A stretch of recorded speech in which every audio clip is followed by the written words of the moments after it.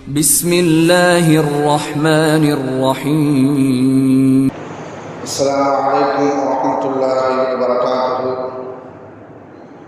الحمد لله رب العالمين، والصلاة والسلام على أشرف المرسلين وعلى آله وصحبه وسلم.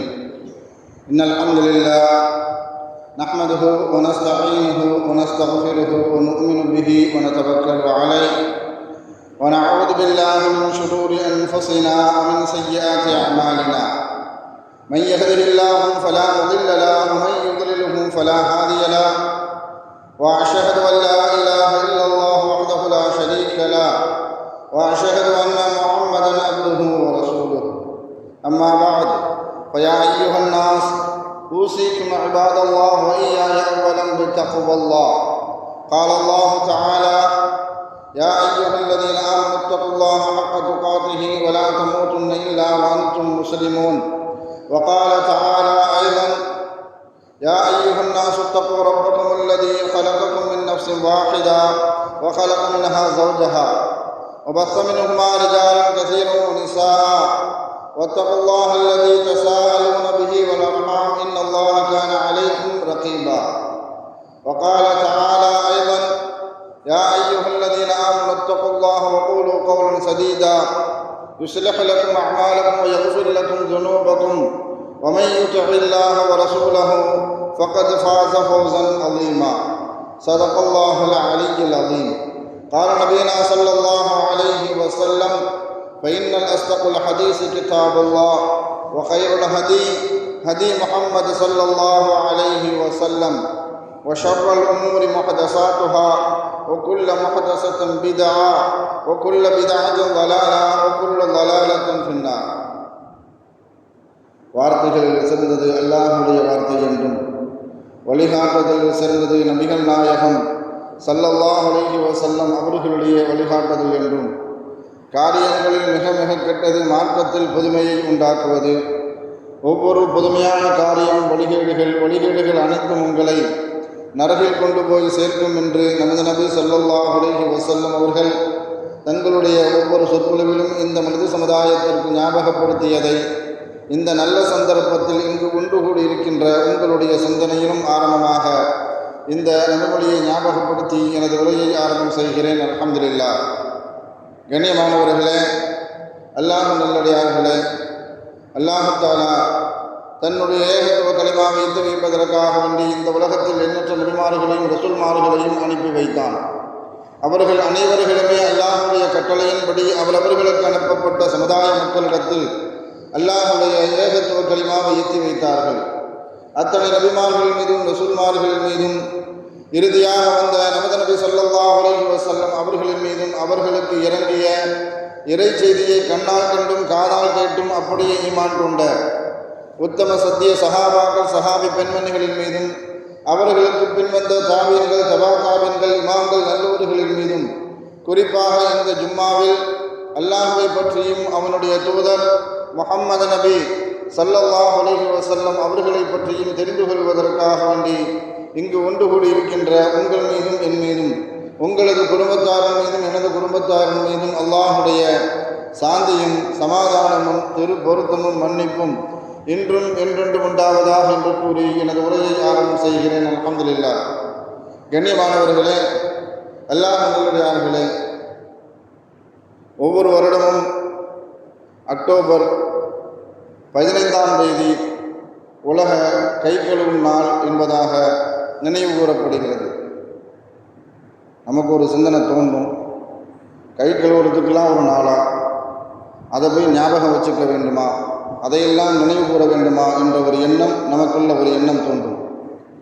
கைகளை சுத்தமாக வைத்திருப்பதன் காரணத்தினால் ஏற்படக்கூடிய நன்மைகள் என்ன, பலன்கள் என்ன என்பதை பற்றியும், கைகளை சுத்தமில்லாமல் வைத்திருப்பதன் காரணத்தினால் ஏற்படக்கூடிய விளைவுகள், ஆரோக்கிய கோளாறுகள், அதனால் ஏற்படக்கூடிய தீமைகள் என்ன என்பதை பற்றியும் உலக மக்களுக்கு தெளிவுபடுத்த வேண்டும் என்பதற்காக வேண்டிய யுனெஸ்கோ பல்கலைக்கழகம் ஒவ்வொரு வருடமும் அக்டோபர் 15ஆம் தேதி உலக கை கழுவும் நாள் என்பதை நினைவுபடுத்தி வருகிறது. சுத்தத்தை பற்றி இஸ்லாம் மார்க்கத்தில் வழிகாட்டுதல் என்ன? சுத்தத்தை பற்றி இஸ்லாம் மார்க்கத்தில் என்ன சொல்லப்பட்டு இருக்கிறது? இதை பற்றியெல்லாம் இந்த ஜும்மாவின் வாயிலாக நாம் தெரிந்து கொள்ள கடமைப்பட்டு இருக்கிறோம். இஸ்லாம் மார்க்கத்தை பொறுத்தவரை ஒவ்வொரு மனிதனுடைய அகசுத்தத்தையும் புற சுத்தத்தையும் விரும்பக்கூடிய மார்க்கம் இஸ்லாம் மார்க்கம். அகம் சுத்தம் என்பது ஒரு மனிதனுடைய உள்ளம் சார்ந்த சுத்தம்.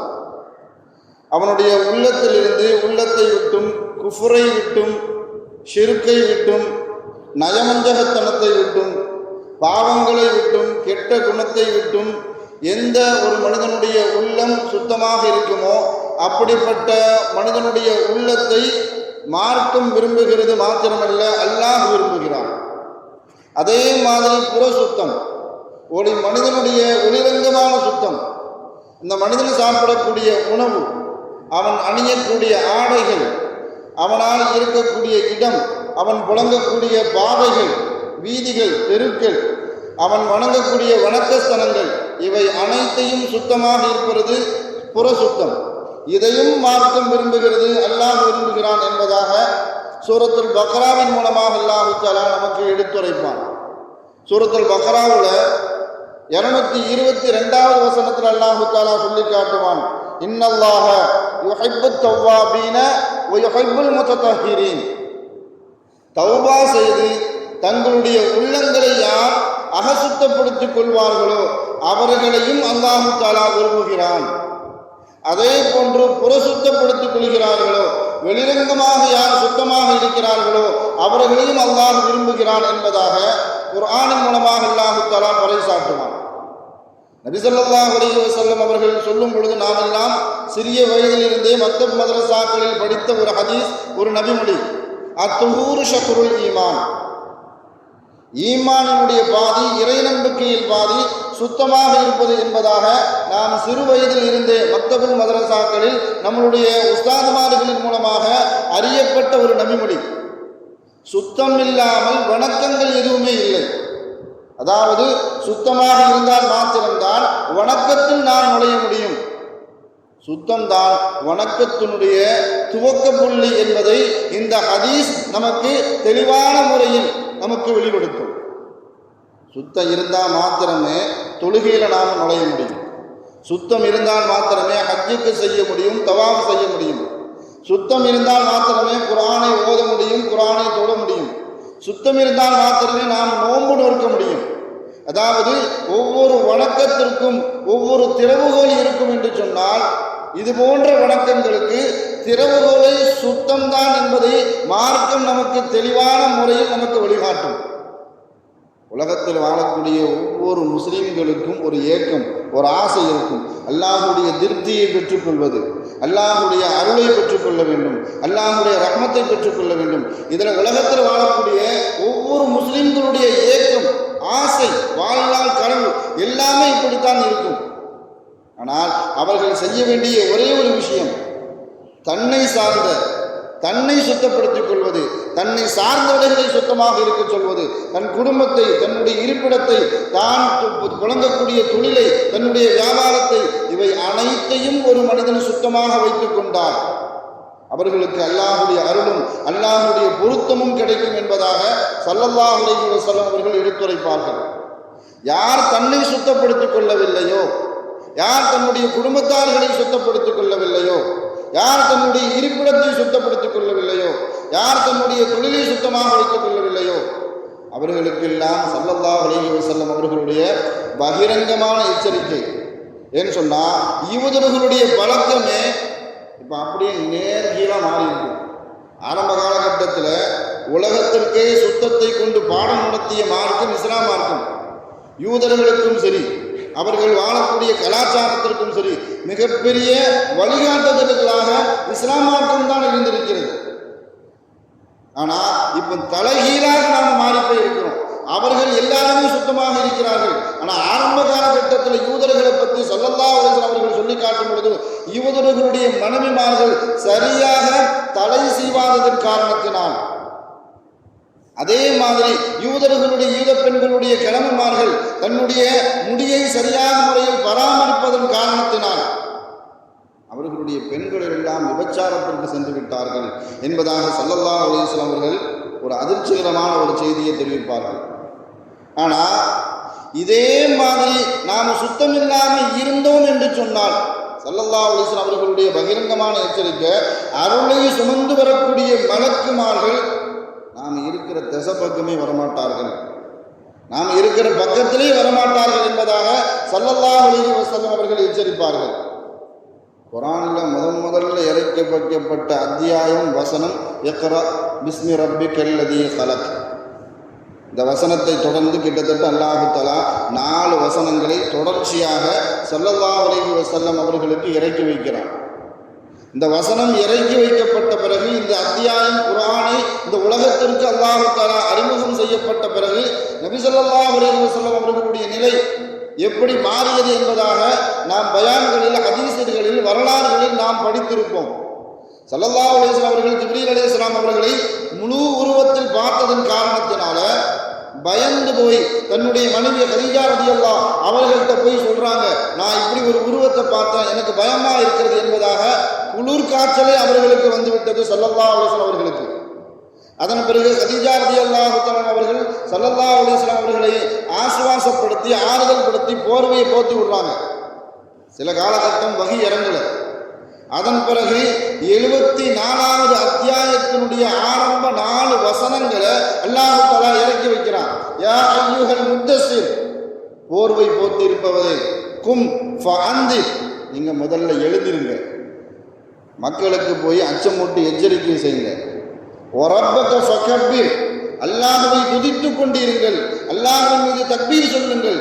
வசியாபக ஃபதஹிர், உங்களுடைய ஆடைகளை நீங்கள் சுத்தமாக வைத்துக் கொள்ளுங்கள்.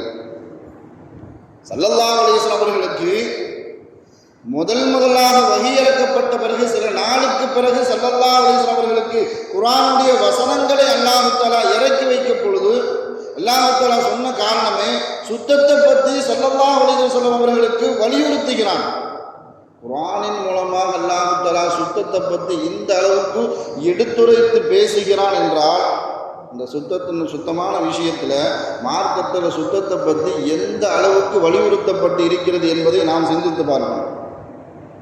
ஹஜ்ஜுக்கு போகக்கூடிய ஹாஜிகளாக இருந்தாலும் சரி, உம்ராவுக்கு போகக்கூடிய உம்ராக்களாக இருந்தாலும் சரி, மதீனாவின் பக்கம் ஜியாரத்து சென்று பார்ப்பது எல்லாருடைய வழக்கம். அதே மாதிரி மதீனாவில் இருந்து கிட்டத்தட்ட ஒரு 6 கிலோமீட்டரில் இருக்கக்கூடிய குஃபா பள்ளிவாசல், அங்கே போய் என்ன செய்வாங்க, ஹாஜிகள் தொழுது விட்டு வருவார்கள், அங்கே சென்று உலாவு விட்டு வருவார்கள் ஹாஜிகள். ஆனால் ஹஜ்ஜுக்காகவோ உம்ராக்காக வேண்டியோ பல ஆயிரம் பணம் செலவழித்து போகக்கூடியவர்கள், உம்ராக்காக வேண்டி செல்லக்கூடியவர்கள் அங்கு சென்று தவாம் செய்வார்கள், சஹி என்று சொல்லக்கூடிய தொங்கோட்டம் போடுவார்கள், மொட்டை அடித்து கொண்டு தன்னுடைய உம்ராவை நிறைவு செய்வார்கள். ஆனால் இது எதுவுமே செய்யாமல் மதீனாவில் உங்களுக்கு உம்ராவுடைய நன்மையை தருவதற்கு தயாராக இருக்கிறான் என்பதாக ஸல்லல்லாஹு அலைஹி வஸல்லம் அவர்கள் அந்த சுப செய்தியை மக்களுக்கு எடுத்துரைத்தார்கள். எப்படின்னு சொன்னால், யார் தன்னுடைய வீட்டில் இருந்து வுது செய்துவிட்டு ஸல்லல்லாஹு அலைஹி வஸல்லம் அவர்கள் கட்டிய முதல் பள்ளிவாசல் குஃபா, அந்த பள்ளிவாசலில் சென்று 2 ரக்காயத்துக்கள் யார் தொழுவார்களோ அவர்களுக்கு ஒப்புக்கொள்ளப்பட்ட உம்ராவுடைய நன்மையை அல்லாஹ் தஆலா தருகிறான் என்பதாக ஸல்லல்லாஹு அலைஹி வஸல்லம் அவர்கள் எடுத்துரைத்தார்கள். நான் ஸல்லல்லாஹு அலைஹி வஸல்லம் அவர்களுடைய ஒரு பழக்கமே, மக்காவில் இருந்து மதீனாவுக்குள்ள முதலையாக நுழையும் பொழுது மதீனாவினுடைய எல்லை பகுதியில் இருக்கக்கூடிய ஒரு ஊர் தான் குஃபா. அந்த ஊரில் கிட்டத்தட்ட ஒரு 4 நாள் தங்குறாங்க. 4 நாள் தங்கும் பொழுது அங்கே ஒரு பள்ளிவாசலை கட்டி அங்கே தொழுகை நடத்தி ஜமாத்தாக முதல்ல என்ன செய்கிறாங்க, தொழு வைக்கப்படுகிறது. அந்த பள்ளிவாசலையும் மக்கள் நினைவு கூற வேண்டும் என்பதற்காக வேண்டி ஸல்லல்லாஹு அலைஹி வஸல்லம் அவர்கள் இப்படிப்பட்ட ஒரு சுப செய்தியை சொன்னார்கள். மாத்திரமல்ல, ஸல்லல்லாஹு அலைஹி வஸல்லம் அவர்களுடைய ஒரு சுன்னத்து, ஒவ்வொரு சனிக்கிழையும் குஃபாவுக்கு என்ன செய்வாங்க, ஸல்லல்லாஹு அலைஹி வஸல்லம் அவர்கள் போய் அங்கே போய் தொழுதுட்டு அங்கே இருக்கக்கூடிய குஃபாவில் இருக்கக்கூடிய மக்களிடம் பேசி உரையாடி விட்டு வருவது ஸல்லல்லாஹு அலைஹி வஸல்லம் அவர்களுடைய வாழ்நாள் முழுவதும் இதை செய்தார்கள் ஸல்லல்லாஹு அலைஹி வஸல்லம் அவர்கள். ஒரு தடவை இப்படி போகும் பொழுது தான் குஃபாவாசிகளிடத்தில் பேசிக்கொண்டு இருக்கும் பொழுது ஸல்லல்லாஹு அலைஹி வஸல்லம் அவர்கள் குஃபாவாசிகள்கிட்ட கேட்குறாங்க, உங்களை பற்றி அல்லாஹு தஆலா குர்ஆன்ல சிலாகித்து பாராட்டு கூறுகிறானே அப்படின்னு இப்படிப்பட்ட ஒரு சுப செய்தியை குர்ஆனில் பதிவு செய்யப்பட்ட ஒரு விஷயத்தை குஃபாவாசி மக்களிடத்தில் ஸல்லல்லாஹு அலைஹி வஸல்லம் அவர்கள் எடுத்துரைக்கிறார்கள். எல்லா மக்களும் ஆசையோடு ஆர்வமோடு கேட்கிறார்கள், யா ரசூலல்லாஹ், எங்களை பற்றி அல்லாஹ் தஆலா குர்ஆன்ல பேசுறானா? அப்படி என்ன பேசுறான்? எதை பற்றி பேசுறான்? என்ன விஷயத்தினால அல்லாஹ் தஆலா இப்படி சந்தோஷப்படுறான் அப்படின்னு கேட்கும் பொழுது உங்களுடைய பரிசுத்த தன்மையை பற்றி அல்லாஹ் தஆலா குர்ஆன்ல பேசுறான். நீங்கள் கடைபிடிக்கக்கூடிய அந்த சுத்தமான செயல்பாடுகளை குறித்து அல்லாஹ் தஆலா குர்ஆன்ல பேசுறான். ஃபீஹி ரிஜாலுன் யுஹிப்பூன அன் யததஹரு வல்லாஹு யுஹிப்புல் முத்தஹ்ஹிரீன். சூரத்து தௌபாவுடைய 108வது வசனத்தில் அல்லாஹ் தஆலா சொல்லி காட்டுவான், அவர்கள் சுத்தமாக இருக்கிறார்கள், மாத்திரமல்ல சுத்தமாக இருப்பதை அவர்கள் விரும்புகிறார்கள். அதன் காரணத்தினால் அல்லாஹ்வும் அவர்களுடைய பரிசுத்த தன்மையும் அவர்கள் பரிசுத்த தன்மையை விரும்பக்கூடியதையும் அல்லாஹ் தஆலா விரும்புகிறான் என்பதாக இந்த சுப செய்தியை குஃபாவாசிகளுக்கு ஸல்லல்லாஹு அலைஹி வஸல்லம் அவர்கள் எடுத்துரைக்கிறார்கள். அப்படி என்றால் உங்களுடைய பரிசுத்த தன்மையினுடைய நடைமுறை என்ன?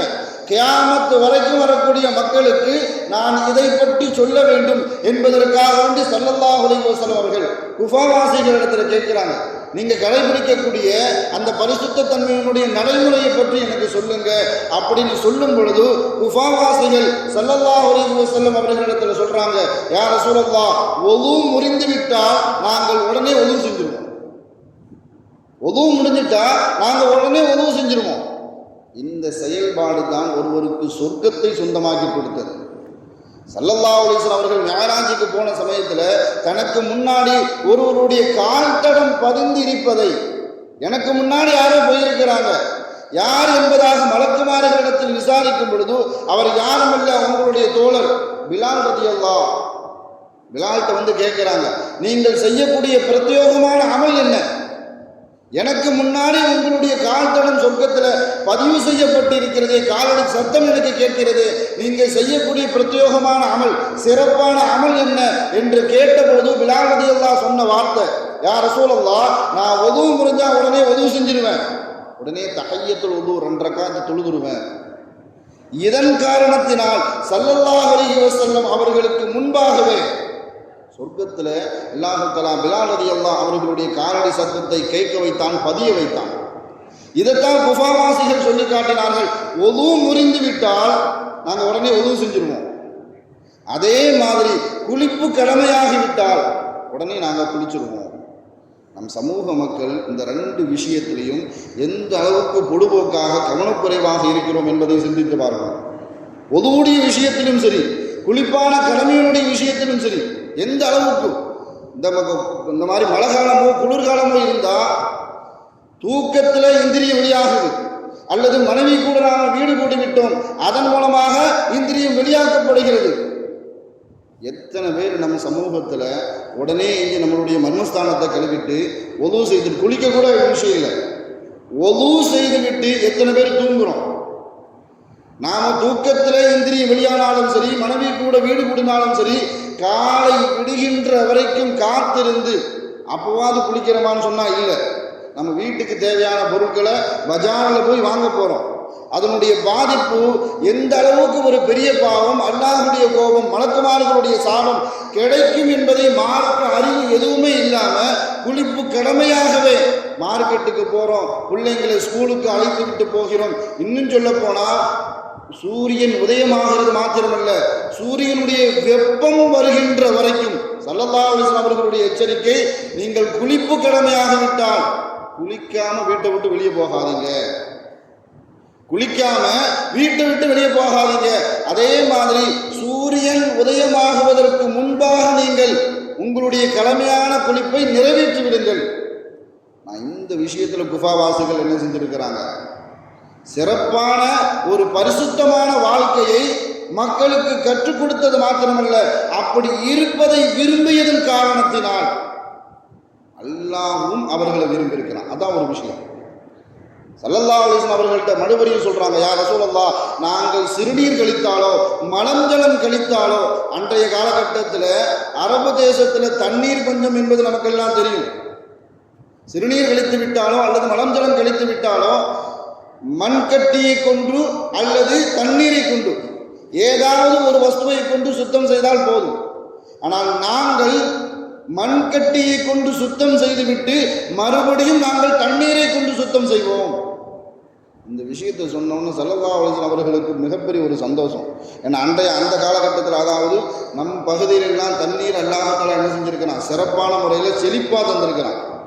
நம்ம வீட்டை தவிர பள்ளிவாசலுக்கு வந்துட்டோம்னு சொன்னால் நாம் தண்ணீரை எப்படி செலவு பண்ணுறோம் அப்படின்னு ஒவ்வொருவருடைய மனக்கணக்குக்கும் முன்னாடி அவர்களுடைய சிந்தனைக்கு. ஆனால் ஒரு காலகட்டம் இருந்துச்சு, கிட்டத்தட்ட ஒன்றுக்கு போன சிறுநீர் கழிக்க போகிறோம் அப்படின்னு சொன்னால் ஒவ்வொரு பள்ளிவாசல்லையும் என்ன செஞ்சுருப்பாங்கன்னு சொன்னால் ஒன்றும் செம்மண்ணால் அல்லது களிமண்ணினால் செஞ்ச ஒரு கட்டி என்ன செஞ்சுருப்பாங்க, வச்சுருப்பாங்க. ஆனால் இப்போ அந்த நடைமுறை இல்லை. எல்லா காலகட்டத்திலும் என்னது, பைப்பை திறந்தா தண்ணி வருது. அந்த மாதிரி அல்லாஹ் தஆலா முஸ்லீம் சமூகத்தை தண்ணீரால் என்ன செஞ்சிருக்கிறான், சிறப்பு செஞ்சிருக்கிறான். ஆனால் குஃபாவாசிகள் சொன்னது, நாங்கள் சிறுநீர் கழித்து விட்டால் மண்கட்டியை கொண்டும் அதே மாதிரி தண்ணீரை கொண்டும் நாங்கள் சுத்தம் செய்து விடுவோம்.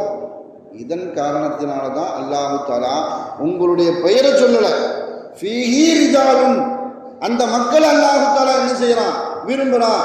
எதன் காரணத்தினால் சொன்னால் சுத்தமாக இருக்கிறார்கள், சுத்தத்தை விரும்புகிறார்கள். நான் ஒரு விஷயத்தை நாம் யோசிக்கணும். ஒரு நாட்டை அசுத்தப்படுத்தியதன் காரணத்தினால் அந்த நாட்டினுடைய நிலைமை எப்படி ஆகிப்போச்சுன்னு சொன்னால், ஸல்லல்லாஹு அலைஹி வஸல்லம் அவர்களிடத்தில் முதலாக ஹிஜ்ரத்திற்காக வேண்டி சஹாபாக்கள் அனுமதி கேட்ட பொழுது ஸல்லல்லாஹு அலைஹி வஸல்லம் அவர்கள் அடையாளம் காட்டியது அபிசீனியா. அபிசீனியாவுக்கு நீங்கள் என்ன செய்யுங்க, ஹிஜ்ரத்துக்கு போங்க என்பதாக ஸல்லல்லாஹு அலைஹி வஸல்லம் அவர்களால் அடையாளப்படுத்தப்பட்ட பூமி அபிசீனியா.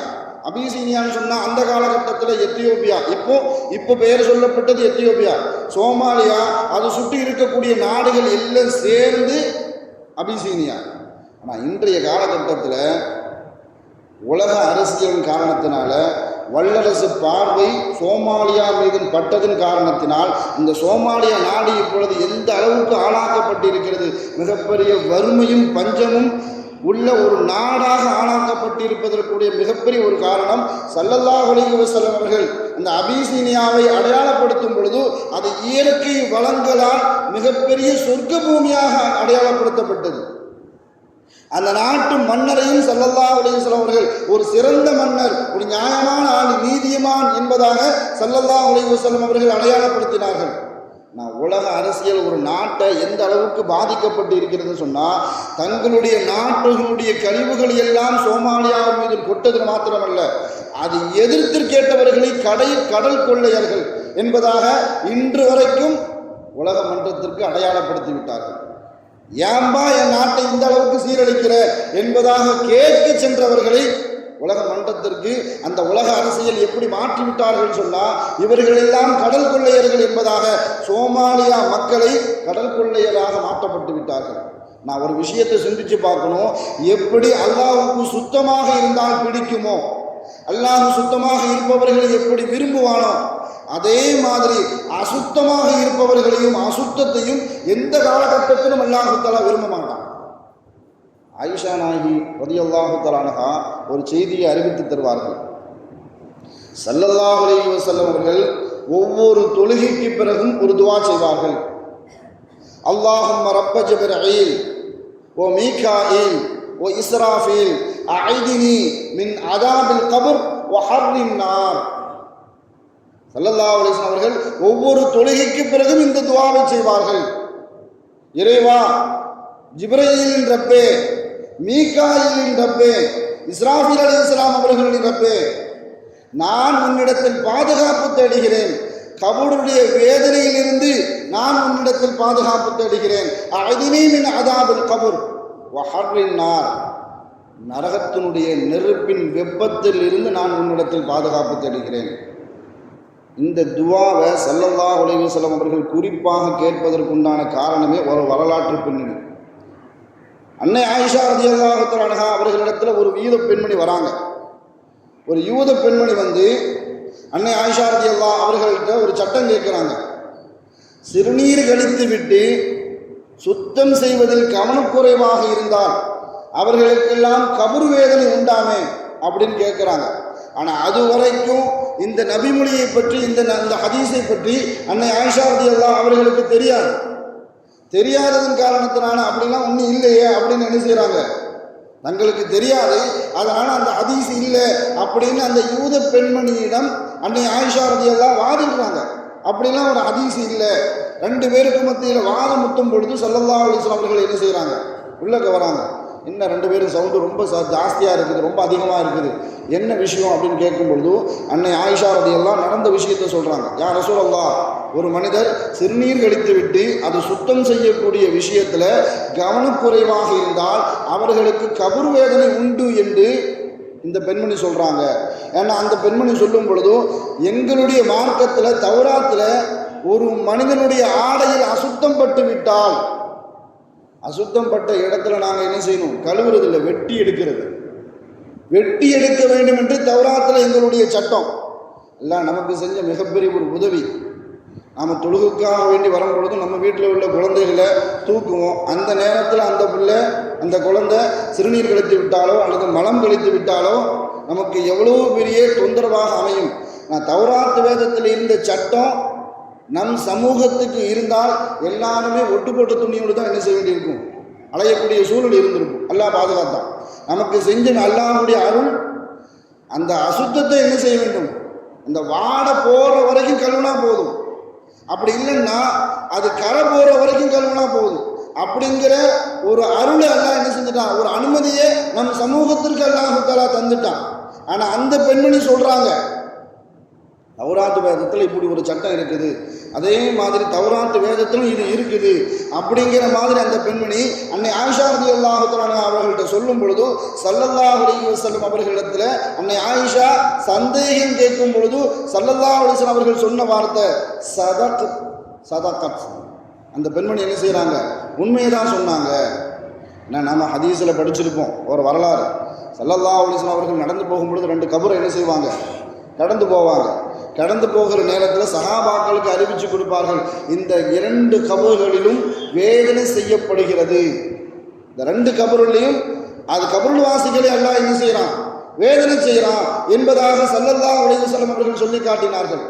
அதில் முதல் கபர் வாசி யாருன்னு சொன்னால், சிறுநீர் கழித்து விட்டு சுத்தம் செய்வதில் சுத்தம் செய்யாமல் இருந்தவர் இல்லை, சுத்தம் செய்கிறதுல கொஞ்சம் கவனக்குறைவாக இருந்தவர். அதன் காரணத்தினால அல்லாஹ் தஆலா என்ன செய்யறான், கபருடைய வேதனையை அவர்களுக்கு கடமையாக்கி விட்டான். இன்னொருவர் எப்ப பார்த்தாலும் பிறரை பற்றி குறை கூறி தெரியக்கூடியவர். இந்த ரெண்டு பேருக்கும் அல்லாஹ் என்ன செய்யறான், கபருடைய வேதனையை கடமையாக்கி விட்டான்.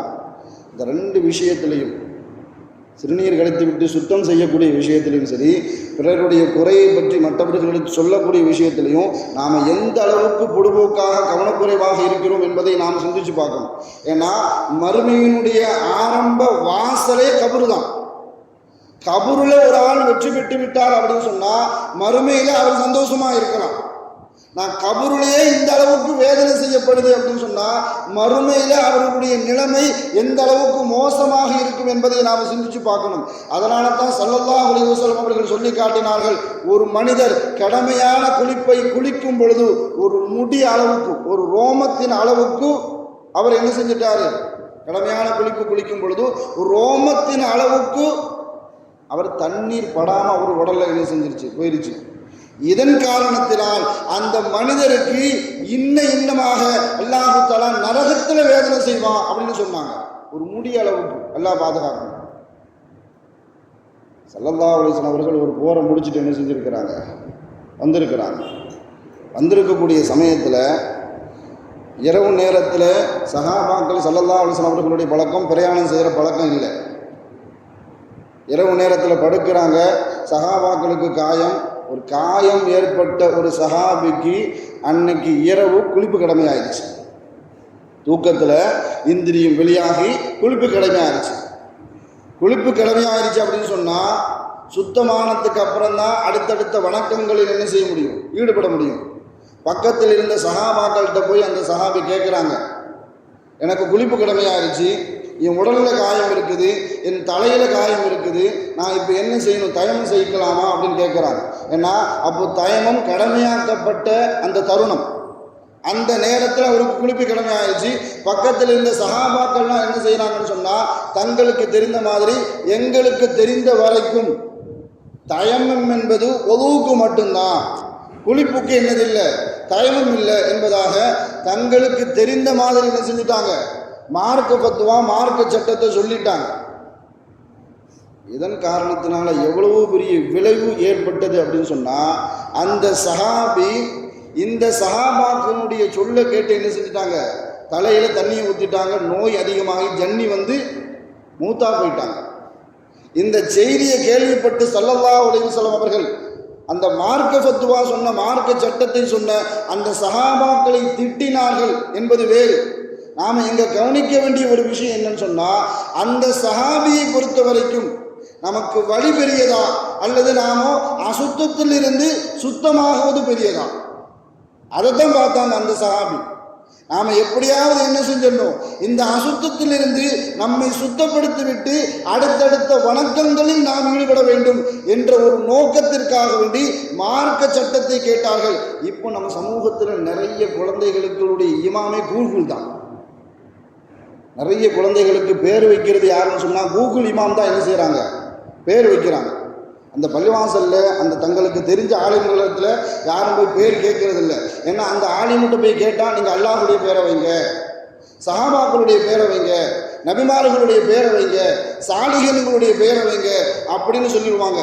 இது எல்லாம் நீங்கள் சொல்கிறதுனா ஓல்டு ஃபேஷன் ஆலிம்ஸா, நீங்கள் சொல்கிறது எல்லாமே ஓல்டு ஃபேஷன் ஆயிடுச்சு. அல்லாஹுடைய பேர் ஓல்டு ஆயிடுச்சு, நபிமார்களுடைய பெயர் ஓல்டா போச்சு, மலக்குமார்களுடைய பெயர் ஓல்டு ஃபேஷன் ஆயிடுச்சு, சஹாபாக்களுடைய பெயர் ஓல்டு ஃபேஷன் ஆயிடுச்சு. அதனால இவங்களே என்ன செய்யறாங்கன்னு சொன்னா, கூகுள் இமாம்கிட்ட போய் சர்ச் செய்யறது. ஒரு விஷயத்தை நம் சமூக மக்கள் கருத்தில் கொள்ள வேண்டும்.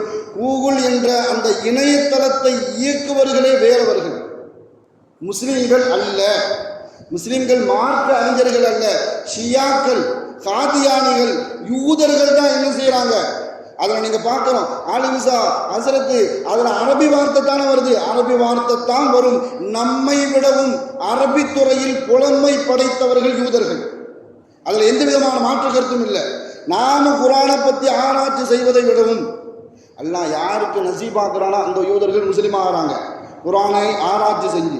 நம்மை விடவும் அரபி துறையில் என்ன செஞ்சிருக்கிறாங்க, அவங்க மிகப்பெரிய அளவுக்கு புலமை பெற்றவர்களாக இருக்கிறார்கள். காதியானிகளும் சரி, ஷியாக்களும் சரி, அந்த துறையில பெரிய அளவுக்கு புலமைத்துவம் பெற்றவர்கள். அவர்களெல்லாம் ஒரு இணையதளத்தை ஆரம்பிச்சு ஏதாவது ஒரு பேரை போட்டு விட்டுறான், ஃபேஷனா இருக்கணும், பார்க்கறதுக்கு என் பிள்ளைக்கு ஊர்ல எவனுக்குமே இல்லாத பேரை வச்சுட்டு போயிடணும் அப்படிங்கிற நோக்கத்தில் கூகுளில் சர்ச் பண்ணி எதையாவது ஒரு பேரை வச்சுறது. அதில் போத்தவனு கார்டு கிஃப்ட்னு போடுறான், அல்லாஹ்வுடைய அன்பளிப்பு. அல்லாஹுடைய அன்பளிப்புன்னு சொல்றது வேற, அவங்க போட்டிருக்கிறது வேற. இங்க என்ன செய்யறாங்கன்னு சொன்னா, ஆலிம்களிடத்திலேயோ அல்லது மார்க்க அறிஞர்களிடத்திலேயோ சட்டங்கள் கேட்காம இணையதளத்தை எப்பொழுது ஆராய்ச்சி பண்ணி மார்க்க சட்டத்தையோ தன்னுடைய பிள்ளைகளுடைய பெயரையோ ஆராய்ச்சி செய்ய ஆரம்பிச்சார்களோ, கியாமத்தில் நம்ம பேரோடு சேர்த்து தான் நம்ம பிள்ளைகளுடைய பேரையும் சேர்த்து எல்லாம் என்ன செய்வான், இன்னாருடைய மகன் இன்னார் வா அப்படின்னு கூப்பிடுவான். நம்ம பேரை நம்மளுடைய பெற்றோர்கள் சரியா வச்சிருப்பாங்க, ஆனால் நாம நம்மளுடைய பிள்ளைகளுக்கு சரியான பேரை வச்சிருக்கிறோமா, அர்த்தம் பொருந்த பேரை வைத்திருக்கிறோமா என்பதை சிந்தித்து பார்க்க வேண்டும். ஆனால் அந்த சஹாபி மார்க்கத்தை பற்றி சரியாக தெரியாத சஹாபாக்களிடத்தில் கேட்டதன் காரணத்தினால உயிரை என்ன செஞ்சிருச்சு, பறிபோச்சு. ஆனால் அந்த சஹாபியினுடைய நோக்கமே, நான் இந்த அசுத்தத்திலிருந்து விலகி பரிசுத்தமாக வேண்டும், அதற்கு என்னுடைய நோயோ என்னுடைய வலியோ என்னுடைய காயமோ அதற்கு தடையாக இருக்கக்கூடாது, நான் பரிசுத்தமாக வேண்டும் என்ற ஒரு நோக்கத்திற்காக வேண்டித்தான் இந்த சஹாபி மார்க்க சட்டம் கேட்டாங்க. சரியான முறையில் என்ன செய்யல, அவர்களுக்கு எடுத்துரைக்கப்படவில்லை. ஆனாலும் அவர் ஷஹீதினுடைய அந்தஸ்தை சந்தித்து விட்டார். அதுதான் ஒரு பெரிய விஷயம். ஒரு மனுஷன் மூத்தா போயிட்டாருன்னு சொன்னால், அந்த மனிதர்களுக்கு நாம் செய்ய வேண்டிய இறுதி கடமைகளை பற்றி மார்க்கம் நமக்கு சொல்லும் பொழுது, முதல்ல குளிக்க வைங்க, அந்த மையத்தை அந்த ஜனாசாவை என்ன செய்யுங்க, முதல்ல சுத்தப்படுத்துங்க. அதன் பிறகு கஃனிடுங்கள், சுருமாயிடுங்கள், அந்த மையத்தை அந்த ஜனாசாவை தூக்கி சுமந்து வந்து அந்த மையத்திற்குண்டான ஜனாசா தொழுகையை தொழுக வையுங்கள், அதன் பிறகு அடக்கம் செய்யுங்கள். ஸல்லல்லாஹு அலைஹி வஸல்லம் அவர்கள் எவ்வளவு பெரிய நன்மையை சொல்றாங்கன்னு சொன்னா, அன்று பிறந்த பாலகனை போல அந்த ஜனாசாவுக்கு இல்லை, அந்த ஜனாசாவை யார் குளிப்பாட்டினார்களோ, யார் கஃனிட்டார்களோ, அதற்கு யார் உதவி செய்தார்களோ, யார் சுருமாயிட்டார்களோ, யார் ஜனாசாவில் கலந்து கொண்டார்களோ, யார் அடக்கம் செய்தார்களோ, அவர்களுக்கு ஸல்லல்லாஹு அலைஹி வஸல்லம் அவர்கள் சொல்லக்கூடிய மிகப்பெரிய ஒரு நன்மையான காரியம், அன்று பிறந்த பாலகனை போல.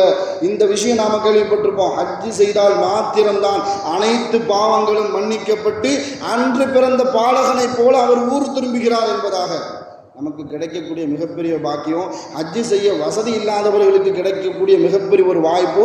ஒரு ஜனாசாவில் கலந்து கொண்டு இவ்வளவு காரியத்தையும் செய்யவர்களுக்கு அல்லாஹ் தஆலா அனைத்து பாவங்களையும் மன்னித்து இவ்வளவு பெரிய அந்தஸ்தை கொடுக்கிறான் என்பதாக ஸல்லல்லாஹு அலைஹி வஸல்லம் அவர்கள் வலியுறுத்தினார்கள்.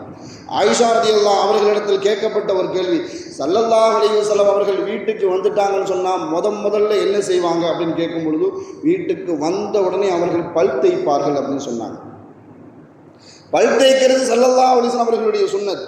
அந்த சுன்னத்தை பற்றி ஸல்லல்லாஹு அலைஹி வஸல்லம் அவர்கள் சொல்லி காட்டும் பொழுதும், என்னுடைய சமூக மக்களுக்கு சிரமமாகிவிடும் என்ற பயம் எனக்கு இல்லை என்றால் ஒவ்வொரு தொழுகைக்கும் முன்னாடியும் நான் பல் தேய்க்கிறதுக்கு நான் என்ன செஞ்சிருப்பேன், கட்டளையிட்டு இருப்பேன். ஆனால் சமூகத்திற்கு சொல்லலை, ஆனால் அவர்கள் வாழ்நாள் முழுவதும் இதை கடைபிடித்தார்கள். ஒவ்வொரு தொழுகைக்கு முன்னாடியும் ஸல்லல்லாஹு அலைஹி வஸல்லம் அவர்கள் பல் தேய்ப்பார்கள். வீட்டுக்கு வந்தவுடனே பல் தேய்ப்பார்கள், காலையில் பல் தேய்ப்பாங்க, இரவு பல் தேய்ப்பார்கள். என்ன சொன்னால், நாம் சுத்தமாக இருக்கணும். சுத்தத்தை பற்றி மார்க்க மக்களுக்கு என்ன செய்யணும், எடுத்துரைக்க வேண்டும். அது மாத்திரமல்ல, இறுதியாக மௌத்துடைய நேரத்தில் ஸல்லல்லாஹு அலைஹி வஸல்லம் அவர்கள் செய்த ஒரு அமல் சொன்னால், பல் தேய்ச்சிட்டு தான் என்ன செஞ்சாங்க ஸல்லல்லாஹு அலைஹி வஸல்லம் அவர்கள் மௌத்தா போனாங்க. ஆயிஷா ரலியல்லாஹு அவர்களுடைய நெஞ்சில சாய்ந்து கிடக்கும் போது, ரூஹு பிரியக்கூடிய நேரத்தில், சக்கராத்தினுடைய நிலையில ஆயிஷா ரலியல்லாஹு அவர்களுடைய சகோதரர் அப்துர் ரஹ்மான் அவர் வந்து நிற்கும் பொழுது ஸல்லல்லாஹு அலைஹி வஸல்லம் அவர்கள் கண்களால் சைகை செய்தார்கள். மிஸ்வாக்க அப்துர் ரஹ்மான் இப்படி வச்சிருந்தார் காதில். ஆயிஷா நகை கேட்குறாங்க, யார சொல்லலாம், அவங்களுக்கு மிஸ்வாக்கு செய்யணுமா அப்படின்னு கேட்கும் பொழுது ஆமாம் என்பதை போல அசைத்தார்கள். ஆயிஷா ரலியல்லாஹு அந்த மிஸ்வாக்கை வாங்கி தன்னுடைய பல்லில் வைத்து மென்று ஸல்லல்லாஹு அலைஹி வஸல்லம் அவர்களுக்கு என்ன செஞ்சாங்க, மிக்ஸ்வாக் செய்து விட்டார்கள். இந்த அளவுக்கு மௌத்து வரைக்கும் ஸல்லல்லாஹு அலைஹி வஸல்லம் அவர்கள் உடல் சுத்தத்தை பற்றியும் அகசுத்தத்தை பற்றியும் ஸல்லல்லாஹு அலைஹி வஸல்லம் அவர்கள் இந்த மார்க்கத்தினுடைய சமூக மக்களுக்கு, உலக மக்களுக்கு ஸல்லல்லாஹு அலைஹி வஸல்லம் அவர்கள் வாழ்ந்து வழிகாட்டி விட்டு சென்றிருக்கிறார்கள். மாத்திரமல்ல, யாரிடத்தில் அகம் சுத்தம் இருக்குமோ, புறம் சுத்தம் இருக்குமோ, அவர்களை அல்லாஹும் விரும்புகிறான் என்பதாக சூரத்துல் பக்ராவின் மூலமாக அல்லாஹு தஆலா நம்மை எல்லாம் நேசிப்பதற்கு தயாராக இருக்கிறான். நாம் உள் சுத்தமாகவும் உடை சுத்தமாகவும் புறம் சுத்தமாகவும் வாழக்கூடிய மனிதர்களுக்கு அல்லாஹு தஆலா இவ்வளவு பெரிய வாய்ப்பை தருகிறான் குர்ஆனின் மூலமாக. அல்லாஹு தஆலா அப்படி வாழக்கூடிய நன்மக்கள் நம் அனைவரையும் ஆக்கி அருள் புரிவானாக. வாஹிர் தாவானா அல்ஹம்துலில்லாஹி ரப்பில் ஆலமீன். ஒரு சின்ன அறிவிப்பு, நமக்கெல்லாம் தெரியும் அல்ஹம்துலில்லாஹ், நம் ஊரை சார்ந்த குல்ஃபியா அப்துல் காதர் அவர்களுடைய மற்றும் சையத் அலி அவங்களுடைய மகளார் குல்ஃபியா சமீபத்தில் நடந்த ஒரு கம்ப்யூட்டர் சார்ந்த அந்த துறையில் 18 லட்சம் பேர் கலந்து கொண்ட அந்த தேர்வு எழுதி வெற்றி பெற்றது மாத்திரமல்ல, முதல் பெண்மணியாக என்ன செஞ்சுருக்கிறாங்க, வெற்றி பெற்று நம் ஊருக்கு மிகப்பெரிய ஒரு கௌரவத்தையும் கண்ணியத்தையும் சேர்த்திருக்கிறார். அதன் காரணத்தினால் ஜமாத் தன்னுடைய நிர்வாக சார்பாகவும் ஊர் சார்பாகவும் என் சார்பாகவும் வாழ்த்துக்களை நாங்கள் தெரிவித்துக் கொள்கிறோம். வாஹிர் தாவானா அல்ஹம்துலில்லாஹி ரப்பில் ஆலமீன். அஸ்ஸலாமு அலைக்கும் வரஹ்மத்துல்லாஹி வபரகாத்துஹு.